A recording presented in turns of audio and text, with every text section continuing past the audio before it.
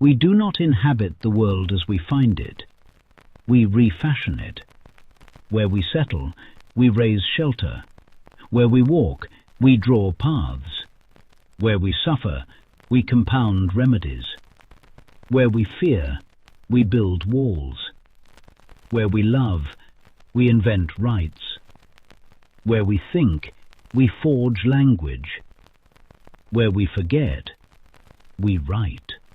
Even when we attempt to return to nature, we return carrying rope, blade, fire, map, and above all, the habit of laying a layer between the body and the real.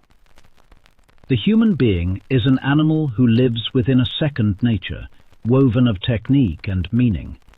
We will call this here chronic colonization. What we call second nature is in fact the sensible world being continuously reauthored by intelligibility. Rope and blade, fire and map are not just implements. They are the imposition of form upon flux, the conversion of wilderness into a legible space, a small victory of mind over the opacity of matter. Chronic colonization thus functions like a philosophical signature. The human lives by translating the sensory into the structured and the meaningful. From that signature, Plato's deeper inquiry follows. If the human is the animal that must form the world in order to inhabit it, then the human's true provenance is not primarily bodily, but noetic, rooted in the soul's affinity for what exceeds the senses. Under that gaze, chronic colonization ceases to look like a mere strategy for survival. It becomes a sign of metaphysical nostalgia, as though the human were, by essence, a stranger in the realm of the senses.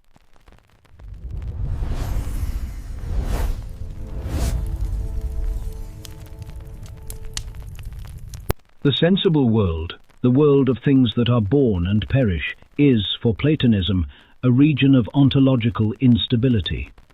In it, nothing remains. Everything participates in being only by loan.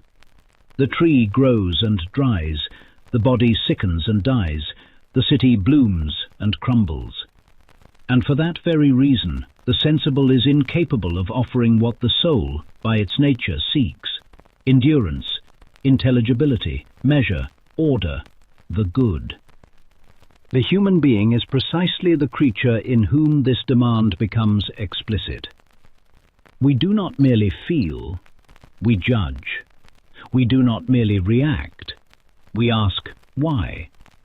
We do not merely desire, we desire what nowhere appears whole: justice without exception, beauty without decay, love without loss, truth without shadow.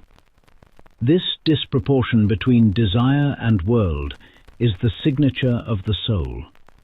Animal hunger is satisfied, the soul's hunger is not. And chronic colonization begins there. It is the gesture of one who tries to make the sensible habitable for a vocation that exceeds it. For Platonism, every human making, poiesis, imitates, in some way, a form. One does not craft a bed without the idea of bed. One does not build a house without the idea of house. One does not enact a law without the idea of justice, even if only imperfectly.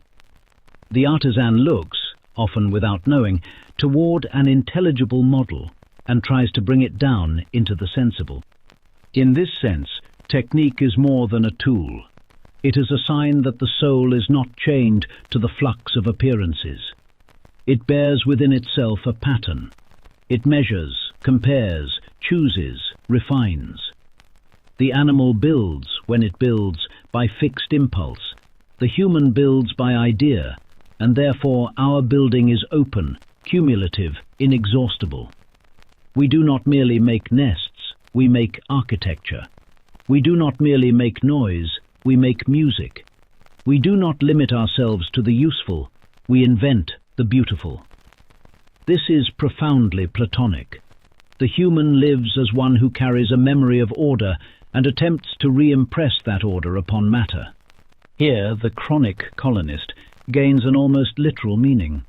The soul, bearing within itself the remembrance, dim or vivid, of the forms, colonizes the sensible with copies, shadows, approximations of the intelligible. The house is an attempt at stability, the law an attempt at justice, science an attempt at intelligibility, art an attempt at beauty. The chronic colonist does not feel safe in the world in its raw state. He needs to clothe it. And this is not mere prudence. It is the very structure of the soul which, encountering an unstable medium, produces a membrane. Clothing, shelter, fire are the first degrees of this vestment. Language, morality, ritual are higher degrees.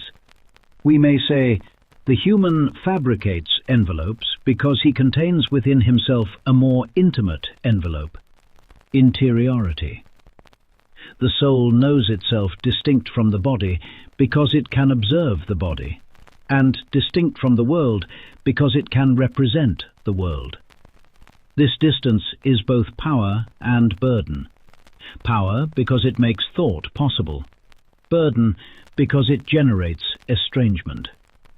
Chronic colonization is the attempt to resolve this estrangement by turning distance into dwelling, by creating an in-between in which the human can live. Civilization is that in-between. But here lies a danger Plato would name with severity, the danger of confusing copy with model. Technique, by providing stability, can make us forget that true stability is not sensible. The city can begin to seem like a final home. Comfort can begin to seem like the supreme good. Control can begin to seem like wisdom. And then colonization, once a remedy against instability, becomes a prison inside the cave. The allegory of the cave is not merely a myth about ignorance. It is a diagnosis of accommodation. To live in the cave is to accept shadows as real, and to take the artificial order of the underground as the entire universe. The chronic colonist is always tempted to carve perfect caves, environments so controlled that the real can no longer be encountered. Today that temptation intensifies. Technique ceases to be shelter from cold and becomes a total environment. Light replaces the sun. The screen replaces the square.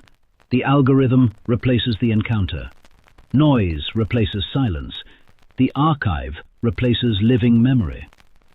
The chronic colonist instaurs himself so well within his mediations that he risks forgetting what they were. Means, not ends. The cave is now comfortable, and comfort is often the most seductive form of forgetting. We must therefore ask a moral question. Does technique serve the soul's ascent toward the good, or is it merely polishing the walls of the cave? If chronic colonization indicates a spiritual origin, it does not mean we came from another planet, but that we came from or belong to another order. For Plato, the soul has an affinity with the intelligible. It recognizes truth because it can be touched by it. It desires the good because it carries a measure of the good. It suffers at the false because it senses a purity the sensible cannot wholly offer. This is the heart of the thought. The human is not satisfied with the world because the world is not the soul's final homeland. Chronic colonization is therefore ambiguous. On one hand, it is a sign of fall. The soul, cast into the sensible, must fashion crutches. On the other, it is a sign of nobility. The soul refuses to accept chaos as destiny and tries to impress form, order, and beauty upon matter. The same gesture that can become hubris, to substitute the real, can also become vocation, to elevate it. The Platonic criterion is direction. Do we ascend toward the good, or descend into simulacrum? The chronic colonist will not cease to build. Building belongs to our mode of being because the human is, in essence, a creature of form, and form, in the sensible, demands labor. The question is not to abolish technique, but to reorder it. In Platonic terms, it is to place technique under the guardianship of the highest part of the soul, the part that loves truth and the good. When this occurs, technique returns to what it ought to be. Not a world that replaces the world, but a fragile bridge, an approximation, a pedagogy. It serves assent. It grants sufficient life for the pursuit of wisdom. It offers stability for contemplation. It creates community in which desire can be educated. And then chronic colonization reveals its deepest nature. It is not a sign that we belong less to Earth, but that we belong also, and above all, to something Earth only reflects.